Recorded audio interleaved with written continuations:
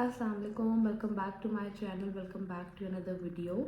आज की वीडियो में हम लोग बात करेंगे टोटली प्री टर्म बेबीज़ के बारे में, और मैं आप लोगों के साथ वो तमाम टिप्स और वो तमाम चीज़ें शेयर करूँगी और अपना एक्सपीरियंस भी आपको बताऊँगी।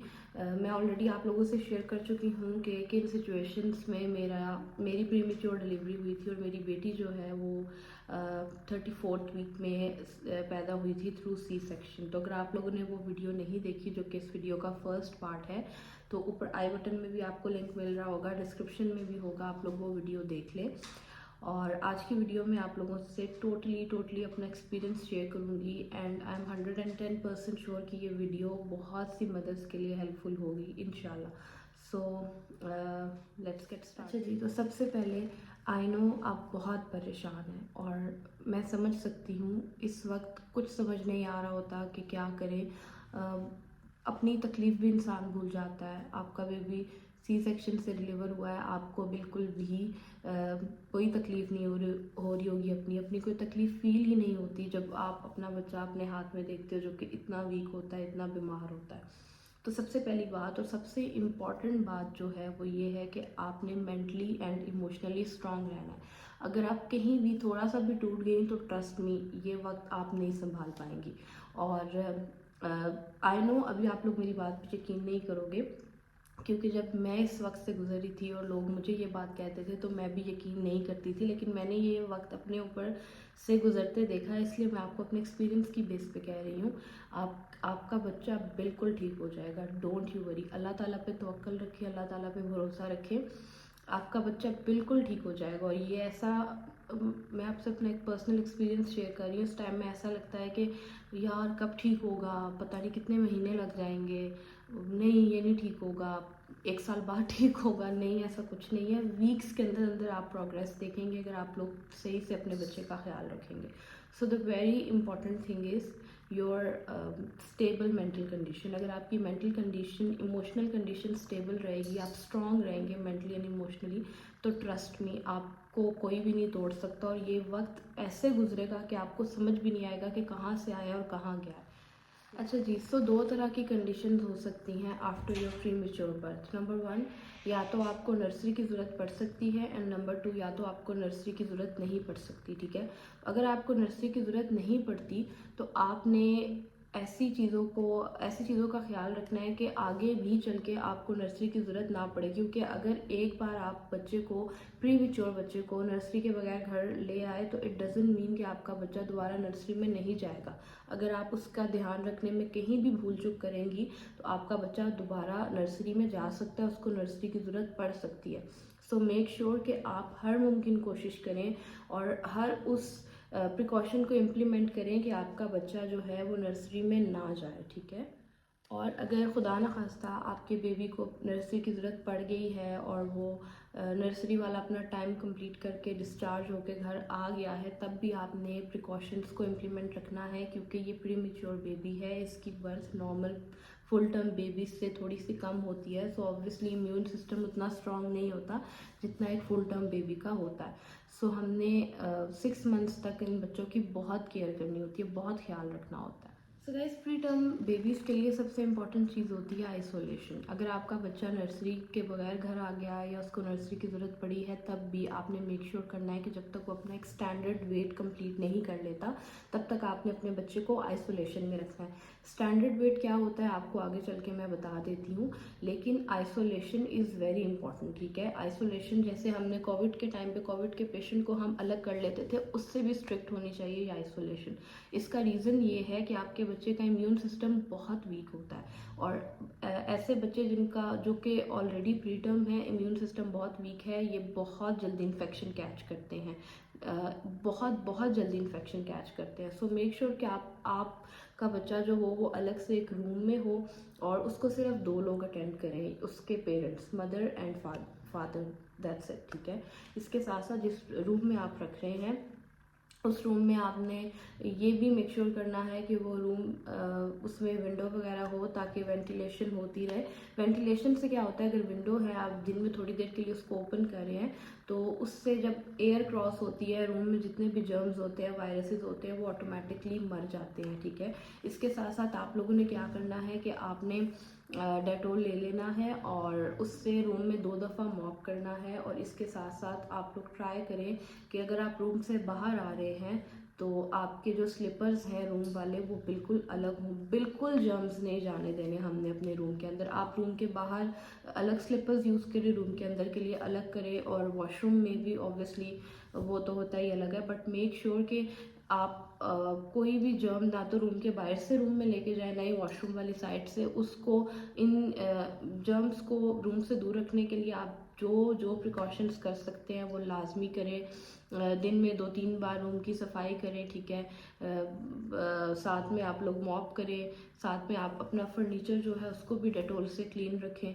और अगर हो सके, बल्कि मैं नहीं कहूँगी कि हो सके, इट्स मैंडेटरी, आप लोग अपने बच्चे को जब अटेंड करें फॉर एटलीस्ट स्टार्ट के 3 वीक्स तो आप मास्क पहन लें। It's very important. अगर आपका बच्चा आपसे थोड़े डिस्टेंस पे है तो इट्स ओके, आप तब मास्क ना पहने, लेकिन अगर आप उसको फीड करवा रही हैं या आप उसको बर्प करवा रही हैं सो मेक श्योर कि आपने मास्क पहना हो, क्योंकि हो सकता है कि आप बाहर आएँ, बाहर से कोई इन्फेक्शन कैरी करके अपने बच्चे को दें। तो आपने इन चीज़ों का बहुत ख्याल रखना है, क्योंकि अगर आपके बेबी ने खुदा ना खास्ता कोई वायरस या कोई इन्फेक्शन कैच कर लिया तो उसको नर्सरी जाना पड़ेगा, ठीक है। अब बात कर लेते हैं स्टैंडर्ड वेट की। शॉर्ट बताऊंगी क्योंकि इसके ऊपर आप लोग ऑब्वियसली गूगल पे बहुत से आर्टिकल्स भी पढ़ सकते हैं और ये बड़ी कॉमन सी चीज़ है, बहुत से लोगों को पता भी होगी।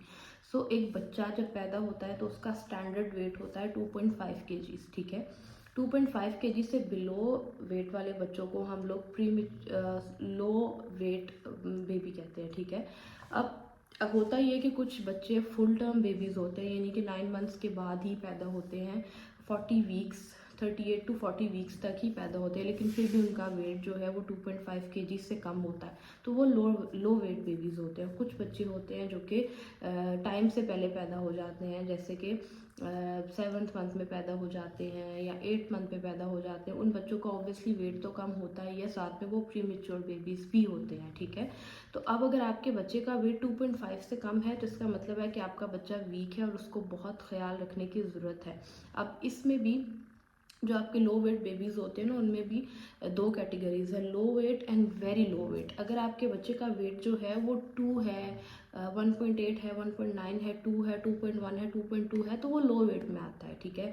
उसमें ये होता है कि आपके बच्चे के सर्वाइवल चांसेस अच्छे होते हैं। लेकिन अगर आपके बच्चे का वेट 1.5 या 1.5 से कम है तो आपको बहुत ज़्यादा अटेंटिव रहने की ज़रूरत है, क्योंकि आपका जो बेबी है वो बहुत ज़्यादा लो वेट बेबी है, ठीक है।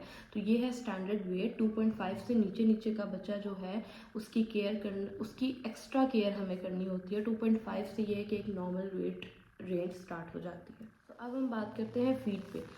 अब फीड 2 तरह की होती हैं, एक होती है मदर फीड, एक है फार्मूला।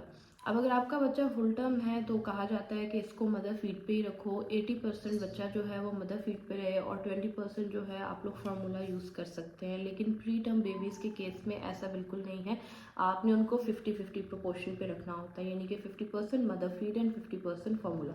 इसका रीज़न ये है कि बच्चा जो है वो ऑलरेडी प्रीमेच्योर है, उसकी बॉडी की ग्रोथ उस तरह से नहीं हुई जैसे एक फुल टर्म बेबी की होती है।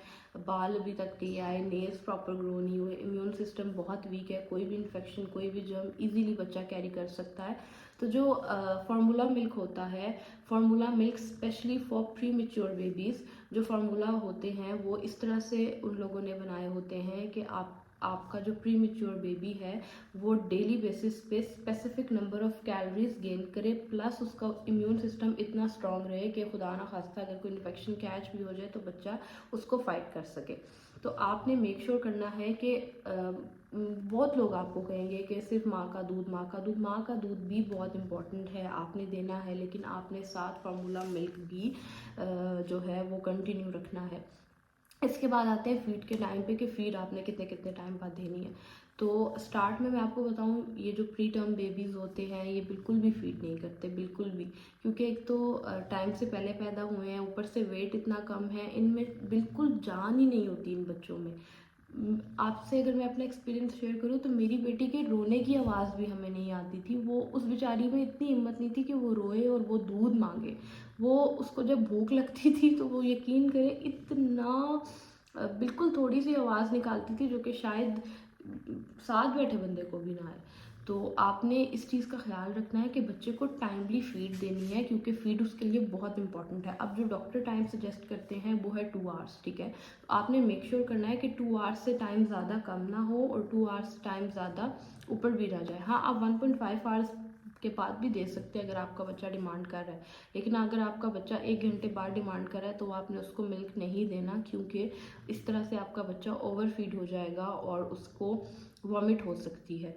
और इतने छोटे बच्चे को अगर वॉमिट होगी तो ऑब्वियसली वो नोज़ के थ्रू भी वॉमिट बाहर निकालेगा, तो ये उसके लिए डेंजरस हो सकता है। तो आपने टाइम मैनेजमेंट बहुत इंपॉर्टेंट है प्री मेच्योर बेबीज़ की फीड में। सो 1.5 आवर जो है वो आपका मिनिमम है, इससे ज़्यादा कम टाइम पे आपने दूध नहीं देना, एंड 2 आवर्स आपका मैक्सिमम है।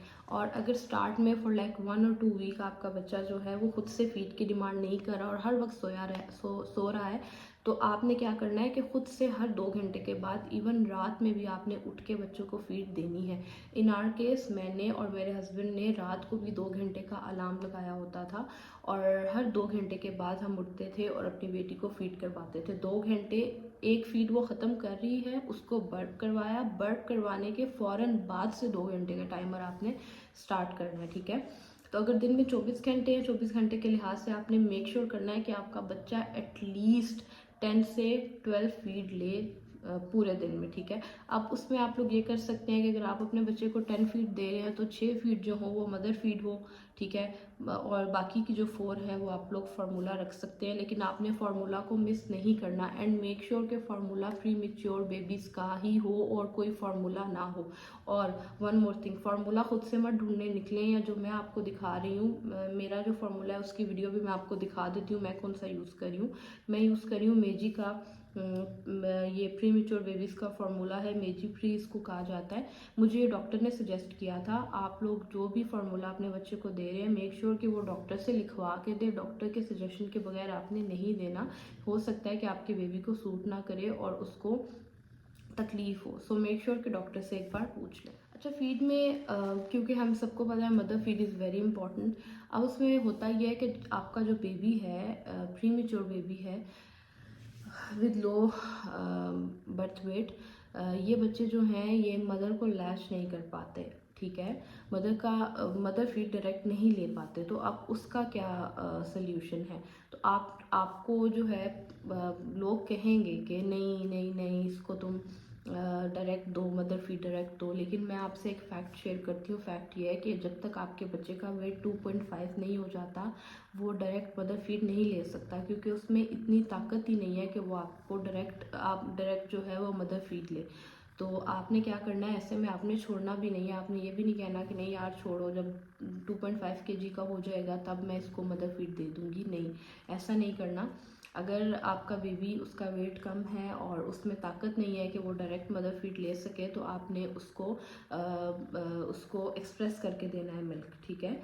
अब मिल्क एक्सप्रेस करने के बहुत से तरीके हैं, उसमें आप लोग पंप यूज़ कर सकते हैं, मैनुअल पंप भी आते हैं, साथ में आपके इलेक्ट्रिकल पंप भी आते हैं। वो डिपेंड करता है आपकी अफोर्डेबिलिटी पे, आप किस वाले पंप पे इन्वेस्ट करना चाहते हैं। मैं यहाँ पर दोनों पंप्स आपको दिखा रही हूँ। जो मैनुअल पंप है ये बहुत अच्छा है, ये फर्लिन कंपनी का मैंने लिया था और ये मुझे मिला था 4000 का। अब इसमें सीन ये होता है कि ये है बहुत अच्छा, लेकिन ये थोड़ा सा टाइम टेकिंग है।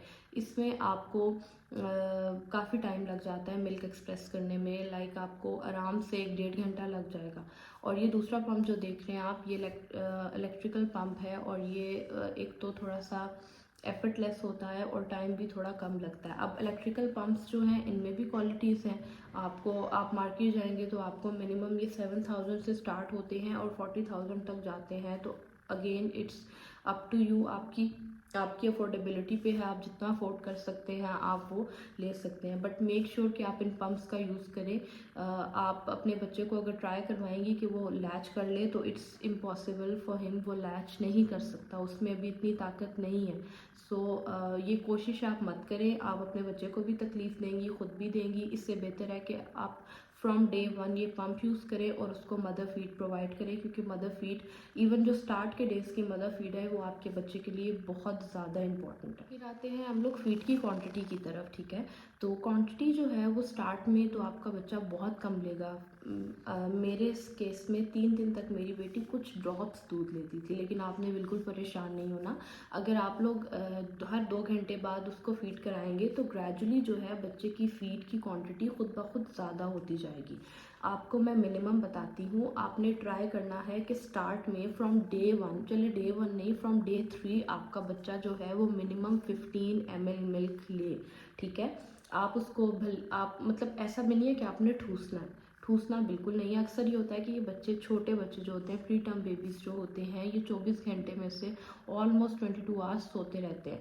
तो अक्सर बच्चे के पेट में भूख होती है, उसको भूख लगी होती है, लेकिन क्या होता है कि जैसे ही आप उसको फीड करवाते हैं तो वो उस फीड के सुकून में बच्चा सो जाता है। तो आपने क्या करना है कि जब आप उसको फीड करवा रहे हैं अपनी लैप में रख के, तो आपने बच्चे को साथ साथ हिलाना है, बहुत हल्की हल्की वाइब्रेशंस के साथ हिलाना है। इससे ये होगा कि आपका बच्चा जागा रहेगा और आप जितनी फीड उसको करवाना चाह रहे हैं वो उतनी फीड कर लेगा।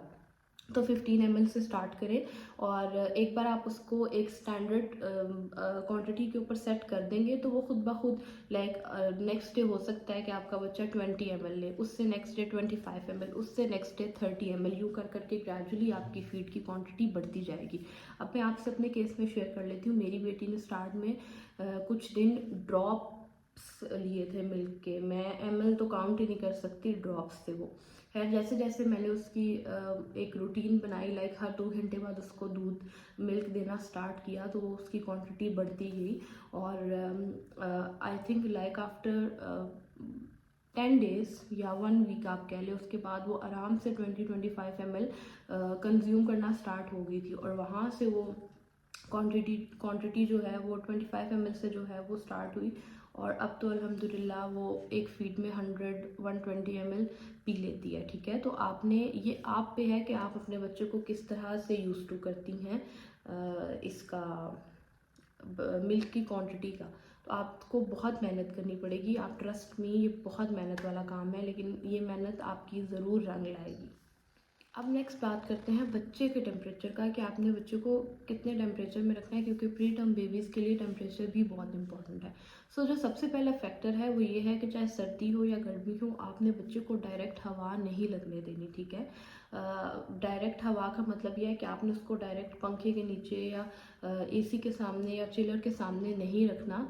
चाहे आपका बच्चा शदीद ही गर्मी में, जुलाई जून की गर्मी में क्यों ना पैदा हो, नए बच्चे के लिए गर्मी बिल्कुल भी ठीक नहीं होती, उनको चेस्ट इन्फेक्शन हो सकता है, ठीक है। तो आपने क्या करना है कि आपने अपने बच्चे को रैप रखना है हर वक्त। स्टार्ट में प्री टर्म बेबी है, स्टार्ट में आपने क्या करना है कि जो थोड़ा सा मोटे वाला रैपिंग शीट होता है ना, एक तो गर्मियों के स्टफ़ का रैपिंग शीट आता है वो नहीं, थोड़ा सा जो मोटा रैपिंग शीट होता है, बहुत बहुत सर्दियों वाला कंबल टाइप रैपिंग शीट नहीं, थोड़ा सा वो मोटा होता है। आई विल ट्राई कि मैं कोई पिक्चर वगैरह अटैच कर लूँ। आपने उस रैपिंग शीट के अंदर अपने बच्चे को रैप रखना है स्टार्ट में, ठीक है। और अगर आप लोग, अच्छा उसमें ये होता है कि आपको सब डरा भी देंगे कि पंखा नहीं चलाना, एसी नहीं चलाना, बच्चे को ये हो जाएगा वो हो जाएगा, ठीक है। तो अगर आपका बच्चा गर्मी में हो रहा है, बहुत शदीद गर्मी में हो रहा है, तो मैं भी आपको रेकमेंड करूँगी कि एसी की तरफ स्टार्ट में फॉर लाइक 3 वीक्स आप ना जाएं। लेकिन ऐसा नहीं है कि आप पंखा नहीं चला सकते, आप पंखा बिल्कुल ऑन कर सकते हैं, लेकिन बच्चे को आपने पंखे के हवा से दूर रखना है, उसको बिल्कुल भी हवा ना है पंखे की, ठीक है। और इसके साथ साथ आपने क्या करना है कि वही ऑब्वियसली आपका रूम वेंटिलेटेड होगा, आप दिन में थोड़ी देर के लिए विंडो ओपन कर सकते हैं ताकि फ्रेश एयर आए और उसमें जितने भी जर्म्स वगैरह हों रूम में वो खुद ब खुद मर जाएं। तो टेम्परेचर जो है वो बहुत इंपॉर्टेंट है। इसके साथ साथ अगर हम कपड़ों की बात करें तो आपने अपने बच्चे को, चाहे गर्मियों के कपड़े पहना रहे हैं या सर्दियों के पहना रहे हैं, प्री टर्म बेबीज़ को आपने एक वेस्ट लाजमी नीचे पहनानी है। अगर आप लोग बच्चे का टेम्परेचर, बच्चे को थोड़ा कम रैप करेंगे तो उससे ये होगा कि उसको खुदा ना खास्ता ब्रोंकाइटिस या चेस्ट इन्फेक्शन हो सकता है डायरेक्ट सर्दी या हवा लगने से, क्योंकि छोटे बच्चों को बहुत सर्दी लगती है, ठीक है। इवन अगर मैं वैसे आपसे स्टैंडर्ड बात करूँ तो जून में जो गर्मी होती है बच्चों को वो उतनी फील नहीं होती जितनी हमें हो रही होती है।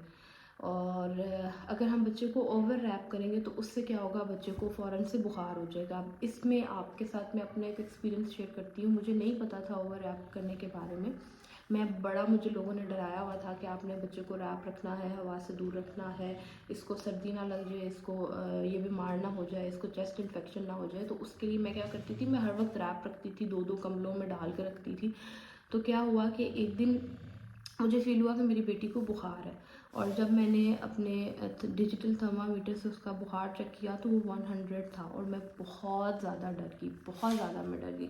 मैं फ़ौरन से उसको लेके उन्हीं कदमों में, मुझे अभी तक याद है, रात के कोई 12 बज रहे थे, हम लोग उसको लेके हॉस्पिटल गए और मैं आपको बता नहीं सकती मेरी क्या हालत थी। हॉस्पिटल गए, हमने डॉक्टर को चेक कराया और डॉक्टर ने मुझे उस दिन बताया कि आपने बच्चे को ओवर रैप कर दिया है, इसलिए आपकी बेटी जो है उसको बुखार हो गया, उसकी बॉडी का टेम्परेचर ज़्यादा हो गया। तो आपने अपने बच्चे को ओवर रैप भी नहीं करना। खैर जैसे ही मेरी बेटी को 100 टेम्परेचर था, मैं हॉस्पिटल लेके गई, डॉक्टर ने उसको थोड़ी देर उसको खोला, उसको जो मैंने रैप किया हुआ था उसको ओपन किया, उसको उसकी बॉडी को थोड़ा स्ट्रेच करने दिया। तो थोड़ी ही देर के बाद लाइक आफ्टर 10 मिनट्स उसकी बॉडी का टेम्परेचर स्टैंडर्ड हो गया, यानी कि 97.5। तो ना आपने बच्चे को ओवर रैप करना है और ना ही कम रैप करना है, क्योंकि दोनों सिचुएशन में, दोनों कंडीशन में आपके बच्चे का या तो बुखार हो जाएगा या फिर उसको नमोनिया या ब्रोंकाइटिस हो सकता है। इसके बाद आते हैं वैक्सीनेशन। तो वैक्सीन आपने अपने बेबी को तब तक नहीं लगवानी जब तक वो अपना स्टैंडर्ड वेट कंप्लीट नहीं कर लेता, यानी कि 2.5 केजी। आपका बच्चा चाहे 2 केजी का है, 1.5 का है, 1.3 का है, 1.8 का है, व्हाट्सोएवर, उसको पहली जो वैक्सीन की डोज़ है वो तभी लगेगी जब वो 2.5 का होगा। उससे पहले आपने वैक्सीन नहीं लगवानी। मैं आपको बार बार कह रही हूँ, आपने ये गलती नहीं करनी। मुझे सख्ती से डॉक्टर ने मना किया था और मैंने अपनी बेटी को पहली वैक्सीन तभी लगवाई है जब वो हुई है 2.5 केजीज़ की। अब एक और बात मैं आपको बताने वाली हूँ, वो बात सुन के आपने घबराना नहीं है, ये फैक्ट है, मेरे साथ हुआ है, मैं इसलिए आपको बता रही हूँ ताकि आप लोग मेंटली प्रिपेयर रहें। अच्छा, शुरू में ये होता है कि जब आपका प्री टर्म बेबी है और उसका बर्थ वेट भी कम है तो वो वेट एकदम बढ़ेगा नहीं, ठीक है। जैसे मैं आपसे अपना मैं आप केस शेयर कर चुकी हूँ कि मेरी बेटी का वेट 1.5 था, तो वो वेट उसका एकदम बड़ा नहीं था। शुरू के 1 हफ्ते में वेट नीचे आएगा, ठीक है। ये फुल टर्म बेबीज़ के साथ भी होता है। आप पूछ सकते हैं किसी से भी कि बच्चा 2.8 का है तो 1 हफ्ते बाद वेट करवाती हैं मदर्स, 2.5 का होता है। कुछ पॉइंट्स आपके बच्चे का वेट नीचे आएगा। मेरे केस में मेरी बेटी थी 1.5, 1 हफ्ते के बाद जब हमने उसका वेट दोबारा करवाया था तो वो था 1.2। तो आपने बिल्कुल परेशान नहीं होना, बच्चा पैदा होने के बाद श्रिंक करता है, ठीक है। तो मैं इसलिए आपको पहले बता रही हूँ कि ये ना हो आप परेशान हो जाए, पैनिक हो जाए, मेंटली प्रिपेयर है, आपके बच्चे का वेट थोड़ा सा नीचे आएगा। अब मैं आपसे चार्ट शेयर करती हूँ, बताती हूँ कि मेरी बेटी का मिनहल का वेट जो है वो किस तरह से उसने गेन किया है। तो वो पैदा हुई थी फर्स्ट डे, जब वो पैदा हुई थी तो वेट था 1.5। आफ्टर 1 वीक हम लोगों ने उसका वेट अगेन करवाया था जो कि था 1.2। उसके बाद हमने दोबारा वेट नहीं कराया। आप लोगों को भी कोई ज़रूरत नहीं है फ़ौरन जाके वेट करवाने की। आपने तकरीबन 10 डेज़ के बाद वेट करवाया। वैसे 10 डेज़ भी बहुत ज़्यादा टाइम, आपको मैं बहुत कम टाइम बता रही हूँ। ट्राई करें कि एटलीस्ट 2 वीक्स में आप वेट करवाने में। खैर मैंने उसके बाद 1.2 के बाद जब मैंने उसका नेक्स्ट वेट करवाया था आफ्टर 18 डेज़, तो उसका वेट था 2 केजी, ठीक है। यानी कि उसने 8 पॉइंट्स इंक्रीज़ किए थे अपने 18 डेज़ में। अच्छा, उसके बाद फिर हम लोग उसको दोबारा डॉक्टर के पास लेके गए थे 10 डेज़ के बाद। 10 डेज़ के बाद वो थी 2.8 केजी। उस टाइम उसकी तबीयत ख़राब हो गई थी। तबीयत उसकी ये ख़राब हुई थी कि उसको जर्किंग हो रही थी। इसके बारे में भी हम बात करेंगे कि ये जर्किंग मूवमेंट्स जो हैं ये क्या होती हैं। खैर उसको जर्किंग हो रही थी, हम लोग बहुत परेशान थे, हम उसको डॉक्टर के पास लेके गए, उसके हमने लैब्स करवा लिए, टेस्ट करवा लिए, एक अल्ट्रासाउंड था दिमाग का, वो भी हमने करवा लिया। और ये भी मैं आपके साथ आगे चल के शेयर करती हूँ। उस टाइम उसका वेट था 2.8 केजीज़। अच्छा, जब उसका 2.8 केजी वेट था उसके अगेन मैंने आई थिंक 1 वीक के बाद उसका वेट करवाया तो था 3.2 केजी। तो आप देख सकते हैं कि कितना जल्दी जल्दी मेरी बेटी ने अपना वेट कंप्लीट कर लिया है। तो आपने परेशान नहीं होना, जिस तरह से मैंने ख्याल रखा है और जिस तरह से मैंने फीड दिया, अगर आप इसी उसको चार्ट को फॉलो करेंगे और इतना ख्याल रखेंगे तो फ़ौरन आपका बच्चा जो है अपना स्टैंडर्ड वेट पूरा कर लेगा। मैं आपको बताती हूँ जर्की मूवमेंट वाला सीन क्या है।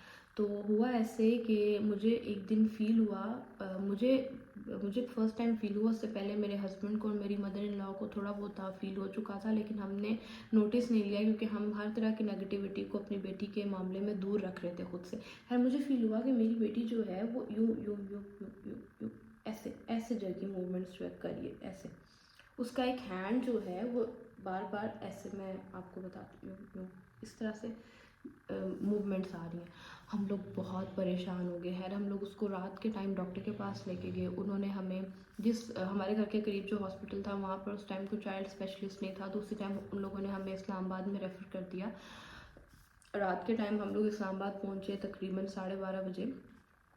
उनके जो चिल्ड्रन सेक्शन था, आई डोंट नो उसको क्या कहते हैं, बच्चों वाला जो सेक्शन था, वहाँ पर प्रॉपर नर्सरी भी थी खैर बच्चों की। वहाँ पे मैं गई और उन्होंने मिनहल को अच्छे से एग्ज़ामिन किया। इसका सारे जो स्टार्ट में एग्ज़ामिनेशंस होती हैं उन्होंने कंप्लीट की और उन्होंने मुझे रात के टाइम ये बोला कि इस टाइम हम इसको एडमिट नहीं करते। ऑल्दो हमने इसके लिए इनक्यूबेटर बिल्कुल ख़ाली कर दिया, लेकिन हम इसको अभी एडमिट नहीं करें क्योंकि अभी बच्ची को एडमिट करना इसके साथ ज़्यादती है। फ़िलहाल इसकी हर चीज़ बिल्कुल नॉर्मल है, बुखार भी नहीं है और इसकी जो हार्ट बीट है, हार्ट रेट है, वो भी बिल्कुल नॉर्मल है। तो अभी आप ये करें कि इसको घर ले जाएं और सुबह फ़ौरन से आपने इसकी लैब्स करवानी है। उन्होंने मुझे फुल लैब्स इसकी लिख के दे दी, आपने लैब करवानी है और आप फिर लैब का हमें जो रिपोर्ट्स आएंगी वो दिखाएंगे और उन रिपोर्ट के अकॉर्डिंग हम डिसीजन लेंगे कि हमने बच्ची को एडमिट करना है या नहीं करना। खैर हम लोग तकरीबन 1-1:30 बजे की रात 1-1:30 का टाइम था। हम उसको बच्ची को लेके बाहर आए और मेरे हस्बैंड ने उसी टाइम मिनल की लैब्स करवा दी ताकि सुबह तक रिपोर्ट्स आ जाएँ। हमने उसी टाइम मिनल की लैब्स करवाई। काफ़ी सारे टेस्ट थे जो डॉक्टर ने लिख के दिए थे और वही हुआ। सुबह हम लोग 8 बजे हॉस्पिटल गए। 8 बजे तक मिनल की रिपोर्ट्स आ चुकी थी और हमने 8 बजे डॉक्टर को चेक करवाया और रिपोर्ट्स अल्हम्दुलिल्लाह बिल्कुल ठीक थी। कोई माइनर सा भी इशू नहीं था, सिर्फ उसको थोड़ा सा कैल्शियम कम था उसकी बॉडी में, इसके अलावा और कोई इशू नहीं था। Because obviously she is premature baby, तो कैल्शियम थोड़ा सा कम था। तो डॉक्टर ने हमें बोला कि लैब्स तो बिल्कुल क्लियर है, आप एक काम करें, आप इसका ब्रेन अल्ट्रासाउंड भी करा लें। हमने वो भी कराया और वो भी बिल्कुल ठीक था, यानी कि मिनल में कोई इशू नहीं था, लेकिन स्टिल उसको जर्की मूवमेंट्स आ रहे थे। खैर उसके बाद फिर एक और डॉक्टर हैं जो कि बहुत एक्सपर्ट माने जाते हैं रावलपिंडी इस्लामाबाद में। मैं और मेरे हस्बैंड उसकी जर्की मूवमेंट्स को लेकर तसल्ली में नहीं थे, तो हम लोग फिर घर आ गए और हमने नेक्स्ट डे उन डॉक्टर की अपॉइंटमेंट ली। डॉक्टर के पास हम गए, हमने उनको लैब्स चेक करवाई। उन्होंने भी यही बोला कि लैब्स बिल्कुल ठीक है, बच्ची बिल्कुल ठीक है, इसमें कोई प्रॉब्लम नहीं है। अब जर्की मूवमेंट्स जो हैं उन्होंने मुझे उनका मूवमेंट्स का रीज़न बताया। पहला रीज़न उन्होंने मुझे ये बताया कि बच्चे में कैल्शियम की जब कमी होती है तो बच्चा हल्की हल्की जर्की मूवमेंट्स जो है वो करता है, तो इसमें कोई टेंशन लेने की बात नहीं है, जो कि ऑलरेडी हम रिपोर्ट्स में देख चुके थे कि उसमें कैल्शियम की कमी थी। उसके बाद जो नेक्स्ट उन्होंने मुझे बताया प्रॉब्लम बताया, प्रॉब्लम नहीं बल्कि उन्होंने मुझे एक बहुत ही चीज़ नोट करवाई जो कि I think as a mother मैंने नोट नहीं की, क्योंकि ऑब्वियसली मैं अपने बच्चे के लिए सेंसिटिव हूँ, मैं पैनिक कर रही, मैंने वो चीज़ नोट नहीं की। वो ये कि मिनहल जो है वो सिर्फ सोते हुए जर्क्स करती थी, सिर्फ सोते हुए। जब वो उठी होती है, नॉर्मल होती है, तो वो बिल्कुल भी जर्की मूवमेंट नहीं करती। और सोते हुए भी सिर्फ तब करती थी जब मैं उसको रैप नहीं करती थी, जब मैंने उसको थोड़ा सा लूज़ छोड़ा होता था या बिल्कुल बिल्कुल उसकी रैपिंग शीट से बाहर निकाला होता था, तब वो हिलती थी बार बार। अब इसका रीज़न ये होता है कि आपका बच्चा जो है ना वो डर जाता है। ज़रा सा भी आप उसके करीब बोलेंगे या उसके करीब से चलेंगे या उसके करीब कोई भी आप एक्टिविटी करेंगे तो आपका बच्चा फ़ौरन से डर जाएगा। तो डॉक्टर ने मुझे ये बोला कि पहली बात तो ये है कि प्री मेच्योर बेबीज़ जो हैं वो जर्किंग करते हैं, इसमें कोई टेंशन की बात नहीं है कि नॉर्मल है। दूसरा रीज़न जो है जर्किंग करने का वो ये है कि बच्चे में कैल्शियम की कमी होती है और ये भी कोई परेशानी की बात नहीं है। उन्होंने मुझे इसके लिए कैलवी के नेम से ड्रॉप्स हैं, यहाँ पर मैं पिक्चर ऐड कर लूँगी, आपने ख़ुद से नहीं देने, डॉक्टर से पूछ के देने। खैर कैलवी के नेम से ड्रॉप्स हैं, उन्होंने मुझे ये लिख दिए। बच्चे में अगर कैल्शियम की डेफिशिएंसी है तो वो बिल्कुल ठीक हो जाएगी। उसके बाद उन्होंने मुझे जो थर्ड रीज़न बताया वो ये बताया कि ऑब्वियसली आपने बच्चे को हर वक्त रैप करके रखना है। अगर आप उसको रैप नहीं करोगे तो वो तहफ़्फ़ुज़ फ़ील नहीं होता। रैपिंग जब आप बच्चे को रैप करके सुलाते हो तो बच्चे को वो तहफ़्फ़ुज़ फ़ील होता है, उसको लगता है कि वो अपने माँ के पास है, वो उसको वार्म, जो एक बच्चे को वार्म के अंदर जो तहफ़्फ़ुज़ होता है ना, जब आप स्टार्टिंग डेज में बच्चे को रैप करते हो तो उसको वो वार्म वाला तहफ़्फ़ुज़ फ़ील होता है। तो आपने इसको रैप करके रखना है ताकि ये डरे ना। और वैसे बच्चों को और भी तरह के जर्की मूवमेंट्स होते हैं जिनकी वजह से बच्चों को बुखार होता है और सीजर्स भी आ सकते हैं, वो डिफरेंट होते हैं। उसमें ये होता है कि आपकी लैब्स ठीक नहीं आती, ऑब्वियसली आपका हार्ट रेट ठीक नहीं रहता और बुखार भी होता है। तो हमारे केस में ऐसा कुछ भी नहीं था। तो अगर आपके बच्चे को जर्की मूवमेंट्स हैं और जर्की मूवमेंट के साथ किसी भी तरह का बुखार नहीं है, हार्ट बीट तेज़ नहीं है, उसकी जो रिब्स हैं वो रिब्स सांस लेते हुए अंदर की तरफ नहीं जाती, तो डोंट यू वरी, आपने बिल्कुल भी टेंशन नहीं लेनी। फिर भी मैं आपको ये सजेस्ट करूँगी कि एक बार आप डॉक्टर से कंसल्ट कर लें, लेकिन इसमें टेंशन लेने की कोई बात नहीं है। जो मैंने 3 रीज़न बताए हैं इनमें से कोई एक रीज़न होगा। लेकिन अगर आपके बच्चे को जर्की मूवमेंट बहुत ज़्यादा है, आप उसको रैप करते हो तब भी हैं, और टांग में भी है, बाजू में भी है, साथ साथ उसको बुखार भी होता है, तो आपके लिए थोड़ी सी अलार्मिंग सिचुएशन है। एज़ सुन एज़ पॉसिबल आप लोग डॉक्टर से कंसल्ट करें और उसका जो पॉसिबल क्योर है उसकी तरफ आप लोग जाएं। अच्छा, उसके बाद आते हैं हम लोग जॉइंटिस की तरफ। तो जॉइंटिस जो है, आप कह लो कि 100 में से 97% बच्चों को होता ही होता है। हर 100 में से 97 बच्चों को जॉइंटिस होता है in their first 6 days after birth. So don't worry, अगर आपको अपने बच्चे का रंग पेल फील हो रहा है तो आपने परेशान नहीं होना। अब कलर बहुत पेल हो जाता है, आइज पेल हो जाती हैं। मिनल को भी सेकेंड डे से ही जॉइंटिस जो है वो स्टार्ट हो गया था। उसमें आपने क्या करना है, मैं बहुत प्रो टिप आपको देने लगी हूँ। उसमें अगर आप चाहते हैं कि आपका बच्चे का जो जॉइंटिस है वो यूरिन के थ्रू निकल जाए। जॉइंटिस ये होता है कि अगर आप बच्चे की केयर करें, बहुत नॉर्मल सी केयर होती है, अगर आप वो करें तो बच्चे का जो जॉइंटिस है वो यूरिन में खुद ही बाहर निकल जाता है कुछ ही दिनों में, 4-5 दिनों में, ठीक है। इसके लिए कोई दवाई नहीं होती, कोई डॉक्टर आपको कुछ नहीं लिख के देता, कुछ भी नहीं होता। इसकी दवाई सिर्फ एक है, वो दवाई है जब आपका जो स्टार्ट का मदर फीड होता है ना, स्टार्टिंग डेज में आपके डिलीवरी के फ़ौरन बाद की जो आपकी मदर फीड है ना, उसकी दवाई सिर्फ वो है, ठीक है। आपने क्या करना है, बच्चे को फ़ौरन से मदर फीड पे डाल देना पैदा होने के फ़ौरन बाद। इसीलिए मैं आपको बोल रही हूँ कि आप पंप यूज़ करें, 1-2 दिन वेट मत करें, क्योंकि जो स्टार्ट का आपका बच्चे के लिए डोज है ना मदर फीड की, वो बहुत इंपॉर्टेंट है, वो इसको जॉइंटिस में फ़ाइट करने में हेल्प करेगी। तो मिनहल को भी जॉइंटिस हुआ था, 2 दिन के बाद वो पेल हो गई थी, उसकी आंखें पेल हो गई थी, लेकिन वही मैंने उसको वो जो मेरा स्टार्ट का वन वीक की मदर फीड की डोज थी, मैंने उसको वो दी, और आप यकीन करें 3 to 4 डेज़ के अंदर ही उसका एकदम से कॉम्प्लेक्शन बहुत माशाल्लाह प्यारा सा नॉर्मल सा हो गया। आइस जो उसकी पेल हुई थी वो भी बिल्कुल ठीक हो गई। तो आपने बिल्कुल परेशान नहीं होना, आप जस्ट उसको बच्चे को फ़ौरन से मदर फीड पे रखें और आपके बच्चे का जॉइंटिस खुद ब खुद निकल जाएगा। लेकिन अगर खुदा न खास्ता आपको फिर भी फील हो रहा है कि जॉइंटिस कम नहीं हो रहा, बहुत पेल हो रहा है, रंग 3-4 दिन से भी ऊपर है, मदर फीड दे रहे हैं आप फिर भी, तो आपने क्या करना है कि फ़ौरन से डॉक्टर को कंसल्ट करना है, डॉक्टर के पास जाना है। उस केस में बच्चे की फ़ोटोथेरेपी होती है। फ़ोटोथेरेपी ये होता है कि आपके बच्चे को इंक्यूबेटर में रखा जाता है, उसकी आइस सिर्फ बिल्कुल नेकेड होता है बच्चा, सिर्फ पैम्पर पहना होता है, आइस पे ना एक वो लगा लेते हैं ताकि जो वो फोटोथेरेपी वाली जो लाइट है वो आपके बच्चे को आपके बच्चे की आंखों को इफेक्ट ना करे, ठीक है। तो वो आपकी फ़ोटोथेरेपी होगी और इंशाल्लाह आपका बेबी बिल्कुल ठीक हो जाएगा। इसमें ज़्यादा टेंशन लेने की या परेशानी लेने की बात नहीं है। इसके साथ साथ अगर आपको फील हो रहा है कि जॉइंटिस है, तो आप ये भी कर सकते हैं कि सुबह में जो अर्ली मॉर्निंग में जो वो हल्की सी धूप नहीं होती, आप उसमें अपने बच्चे को रख लें 1-2 घंटे के लिए। आप प्री टर्म बेबी है तो आप नेकेड ऑब्वियसली नहीं कर सकते, लेकिन फिर भी आप रख दें, बहुत ज़्यादा फ़र्क तो नहीं पड़ता, लेकिन उससे ये है कि something is better than nothing, तो आप ये भी कर सकते हैं। सो ये सारे पॉइंट्स थे जो कि मैं आपको बताना चाह रही थी, ताकि आपको भी हेल्प हो अगर आपका बेबी जो है वो प्री टर्म है तो। इसके साथ साथ हमारे बीइंग अ मुस्लिम हमारी कुछ रसूमात होती हैं जो कि हम बच्चों के पैदा होने पे करते हैं, जिसमें बच्चों के बाल उतारना होते हैं और मल्टीपल रसूमात हैं।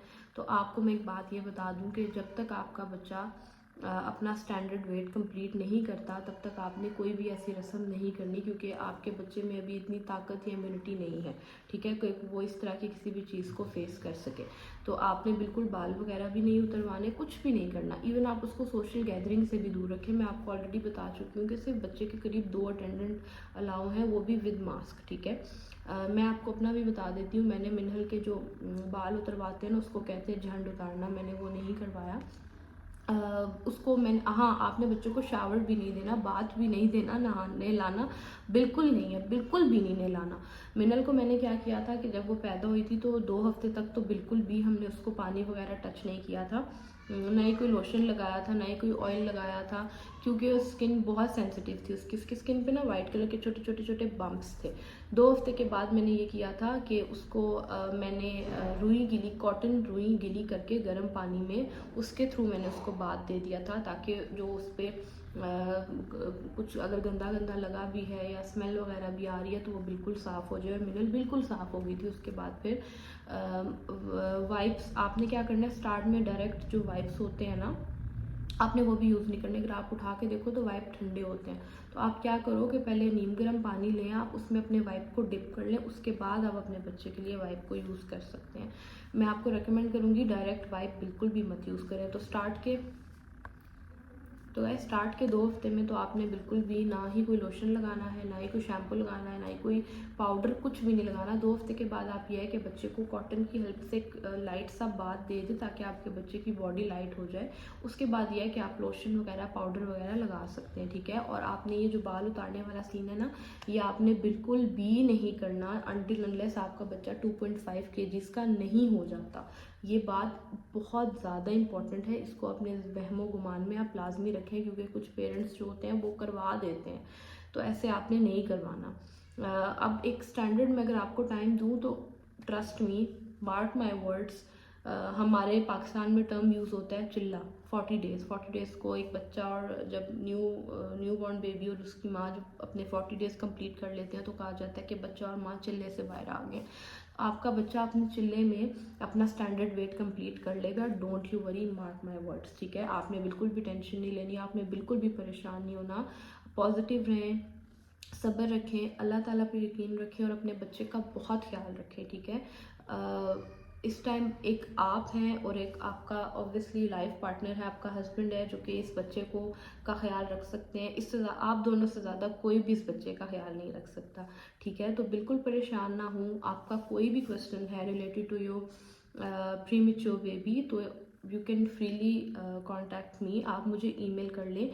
ईमेल एड्रेस जो है वो मैं यहाँ पर दे दूँगी स्क्रीन पे। सब्जेक्ट जो है, सब्जेक्ट में लाजमी मेंशन कीजिएगा कि आप अपने प्रीमेच्योर बेबी के बारे में बात करना चाह रहे हैं, ताकि मैं प्रायोरिटी पे उस ईमेल को ओपन करके आपको रिप्लाई कर सकूं। इसके अलावा भी आपके कोई क्वेश्चंस हैं तो आप लोग कमेंट सेक्शन में पूछें, ताकि मैं एज सुन एज पॉसिबल आपके क्वेश्चंस नोट डाउन करके उनके ऊपर एक सेपरेट से वीडियो बना लूँ। मेरी तरफ से मैंने आपके साथ हर एक चीज़ शेयर कर दी है जो कि आपके लिए हेल्पफुल रहेगी इंशाल्लाह, और आपको तसल्ली भी रहेगी। बिल्कुल भी परेशान ना हो। अगेन बोल रही हूँ, 40 डेज़ में आपके बच्चे का स्टैंडर्ड वेट कंप्लीट हो जाएगा, ठीक है। अपना बहुत ख्याल रखें, अपने बच्चे का बहुत ख्याल रखें। बीइंग अ मदर बहुत मुश्किल टाइम है आपके लिए, लेकिन आप ये मत भूलें कि आप भी बीमारी से उठी हैं, आपका भी ऑपरेशन हुआ है, बिकॉज ऑब्वियसली प्रीमेच्योर बेबी है, मोस्टली सी सेक्शंस ही होते हैं। आप अपनी तकलीफ़ को भी मत भूलें, अपना ख्याल रखें। आप ज़िंदा रहेंगी, आप सेहतमंद रहेंगी तो ही आप अपने बच्चे का ख्याल रख सकेंगी। और ये जो एक्स्ट्रा सेंसिटिव केयर हम करें ना, ये हमने 6 महीने तक करनी है। तो भाई अभी आपने बहुत टफ टाइम देखना है, कितनी रातें जागना है, उसके लिए आपका मेंटली, इमोशनली और आपका खुद से भी हेल्दी होना बहुत इंपॉर्टेंट है। तो अपने आप को बिल्कुल ठीक रखें, ठीक है। Thank you so much for watching the video. आपसे इंशाल्लाह मुलाकात होगी बहुत जल्द विद समथिंग न्यू। तब तक के लिए टेक केयर, अल्लाह हाफिज़।